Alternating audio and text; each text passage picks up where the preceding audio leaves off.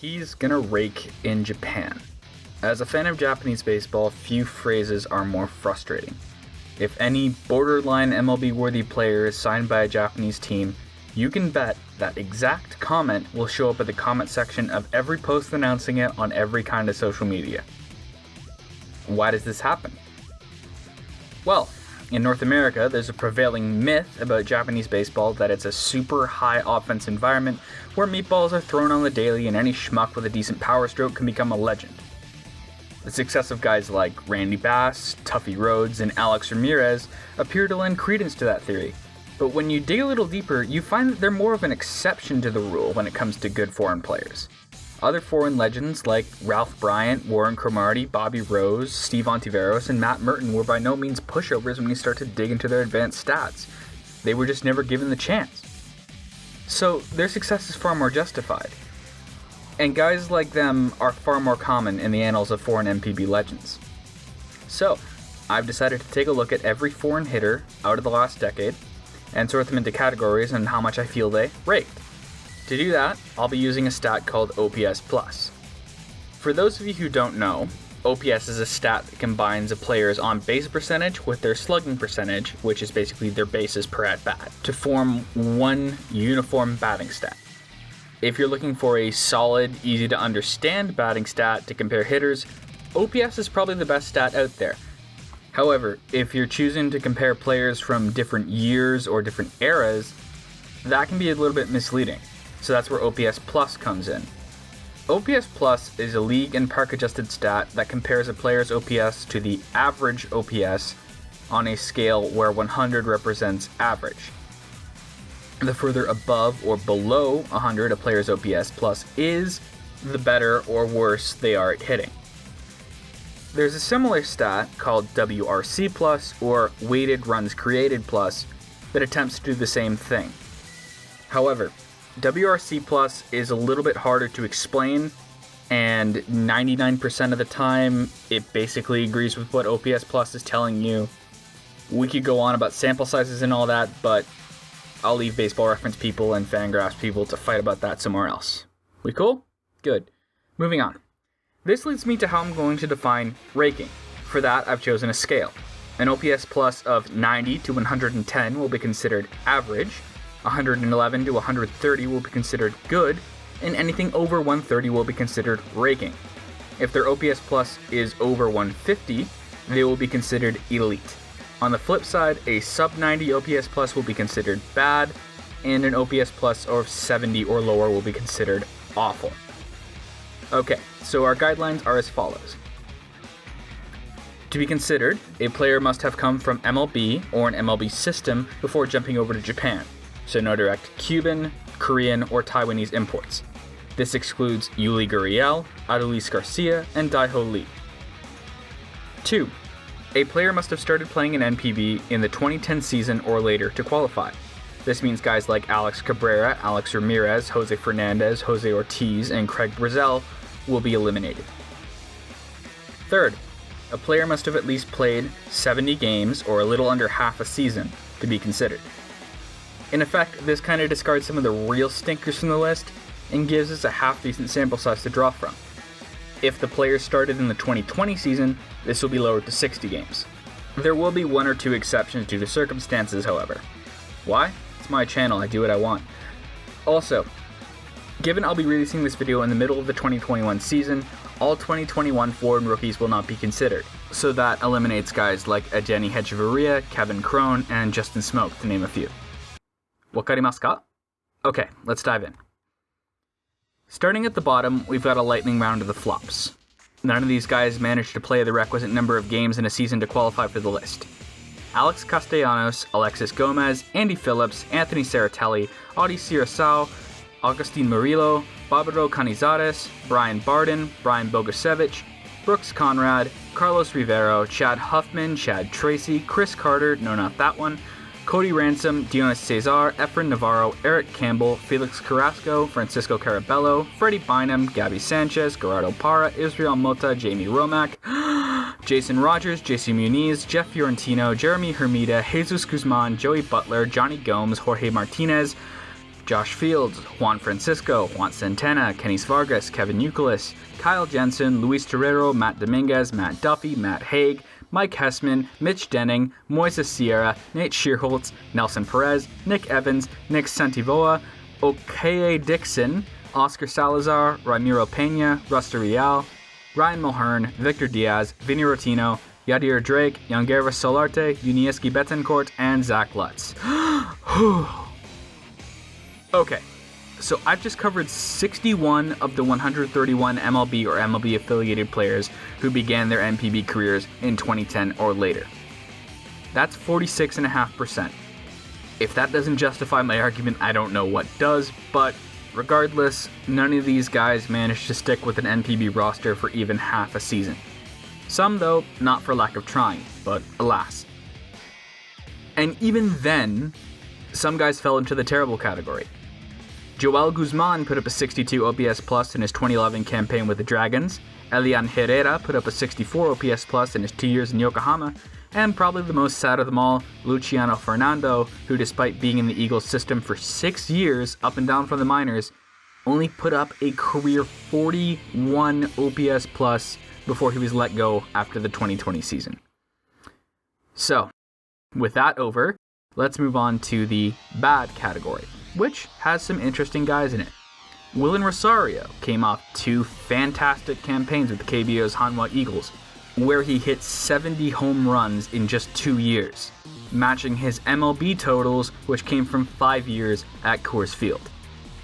Hanshin picked him up, hyped him up, and, well, you can see how that turned out.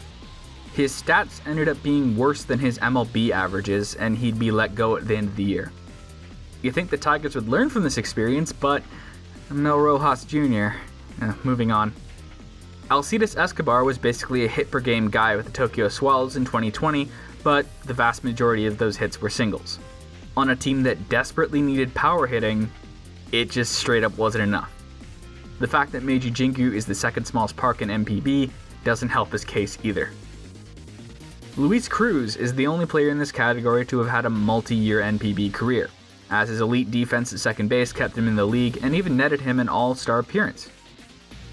He was pretty average during his time with the Chiba Marines, but his stints with the Giants and Eagles were ultimately unsuccessful, dropping his career OPS plus to 88, despite his best being 96. The other players who fell into this category were Justin Hubert, Aderlin Rodriguez, Yamaiko Navarro, Jimmy Paredes, and Ryan Spilbros. The average category is where we start to see some recognizable names and slightly longer careers. Adam Jones, Oswaldo Arcia, Jose Pirela, and Christian Villanueva. A couple guys had some pretty good seasons. Micah Hoffpower put up a 126 OPS plus as the DH for the Nippon Ham Fighters in 2012, who ended up making the Japan Series that year. And Esteban Herman, while basically having no pop in his bat, was an OBP god in 2013, which boosted his OPS plus dramatically, earning him OBP King honors in the process. Rounding out the average category is Ricardo Nanita, Brian Lahair, Stephen Moya, Fred Lewis, Edgar Gonzalez, Luis Garcia, John Boker, Brent Morel, Felix Perez, Anderson Hernandez, Randy Ruiz, Juan Miranda, Jose Castillo, and D. Brown. Next up, the good players. This is actually the second largest category outside of the flops. The majority of these guys played 2 or more years in NPB, and a good amount of them raked in at least one of those years. In this category, we have Matt Merton, who sits second all-time in the single-season hit list, winning a race with Nori Aoki and to a lesser extent Tsuyoshi Nishioka in 2010. Zealous Wheeler was a mainstay of the Eagles roster for years and remains both well-loved and productive as a member of the Giants. Brandon Laird won a Japan Series in 2016 with Otani and the Fighters and remains a solid hitter with the Marines. And Jose Lopez anchored the Baystars lineup for years. Some have even put up elite production in that time. Stefan Romero's 2020 was insane, and he was the centerpiece of an Eagles roster that ultimately had the best offense in Pacific League.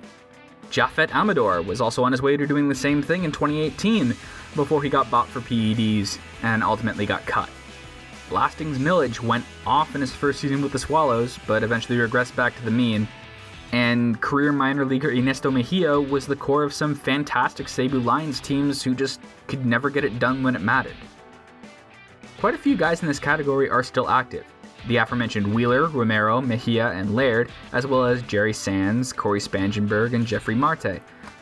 The players rounding out this category are Mauro Gomez, who was a key piece in the 2014 Hanshin Tigers team that made the Japan series, Zolio Almonte, Carlos Piguero, Bobby Scales, Brett Harper, Leslie Anderson, Garrett Jones, Matt Clark, Justin Bohr, Chris Marrero, Kila Kaihue, Hector Luna, and Niger Morgan. Now, finally, we get to the category that this entire video is about. Who actually raked, and more importantly, raked consistently through their NPB career. Many of these guys have become legends in their own right, some flew under the radar, but all of them are deserving. In 2013, Casey McGehee and Andrew Jones joined the Eagles as they made a push for the Japan series, and both of them absolutely crushed the ball. Couple that with an elite pitching staff and a strong contact hitting offense in front of them, they helped propel the Eagles to their first title in just their 8th year of existence. While Jones stayed with the team, McGehee used that momentum to jump back into MLB for 3 years before returning to NPB with the Giants and picking right back up where he left off.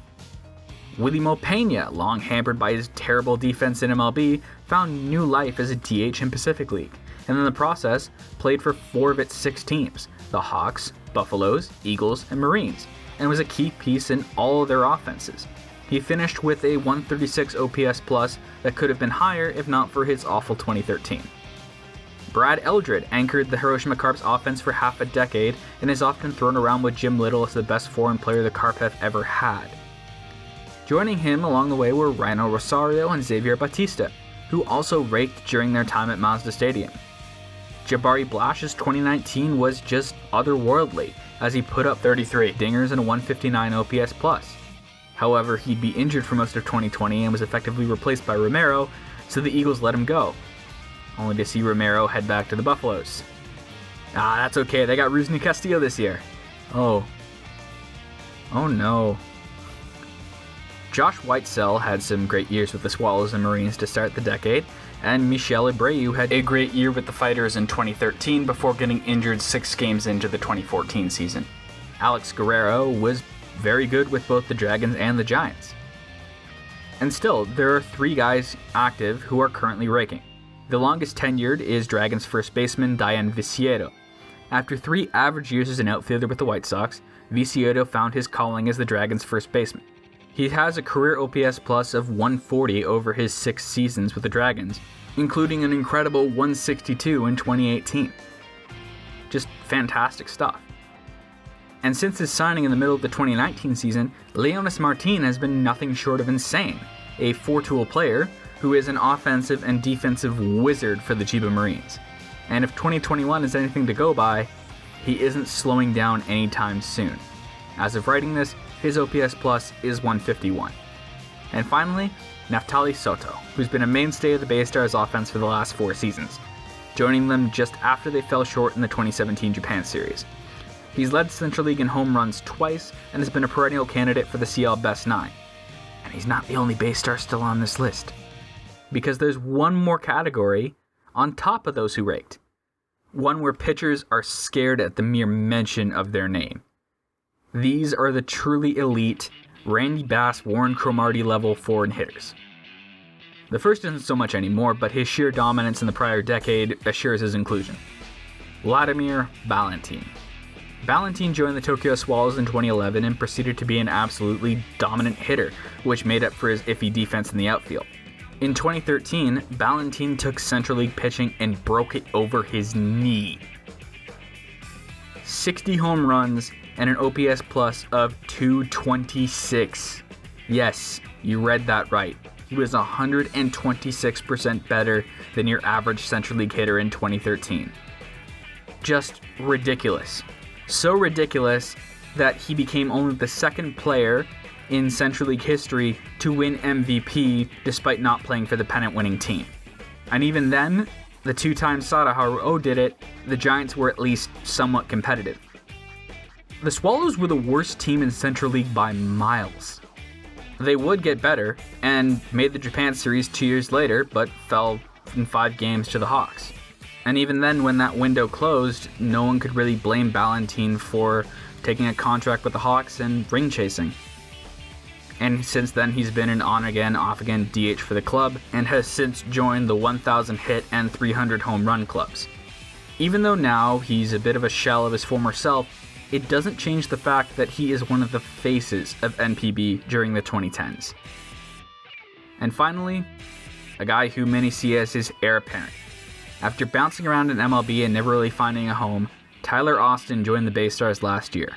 And despite a major injury sidelining him for half the year, when he was there, he absolutely demolished the baseball, putting up a 167 OPS plus in an admittedly smaller sample size. But he's kept up pace this year as well. As of the All-Star break, his OPS plus sits at 203. Just ridiculous stuff, and stuff the Bay Stars hope to see for years to come. Now, recap over, let's tally the score. Out of the 131 foreign hitters that have joined NPB in the past decade, the amount who consistently raked were 15. If you want to bring that total up to players who raked for at least one season, it's 30. And some of those can be eliminated for small sample size. Even then, that's only 23%. Less than a quarter of foreign hitters who join the league end up raking. And even then, only about an eighth of them do it consistently. As for truly elite hitting over a long period of time, that number gets even smaller. Not every schmuck who joins NPB is going to rake. In fact, it's twice as likely that they won't even last half a season. That's the sad reality of it. NPB is a meat grinder, much like Major League Baseball. But unlike Major League Baseball, they are less willing to take a chance than an underperforming player. To say a guy is going to rake in NPB just because he had a little bit of pop in AAA or a couple years back in MLB doesn't make it the truth. Just makes you look ignorant. So, can we please stop saying it? Fantastic offensive performances are a hell of a lot better when you don't expect them to happen anyways. Who am I kidding? I'll probably keep seeing it, but hopefully this video can convince you to think about it before leaving that comment on the baseball subreddit. The karma ain't worth it if you end up looking like an idiot in a couple months. Yeah? So, that concludes my 15-minute rant. Thank you so much for watching. Like, comment, subscribe if you feel like it, and keep your eyes peeled for more NPB content coming down the line. Thank you.